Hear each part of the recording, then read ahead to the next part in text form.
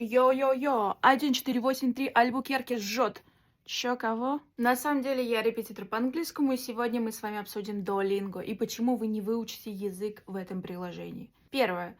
Отсутствие разговорной практики. Вы знаете, как сказать «сова ест хлеб», но вы не сможете поговорить со своим американским другом. Второе. Нет погружения. Это просто набор случайных фраз. Вы не думаете на языке, вы просто угадываете паттерны.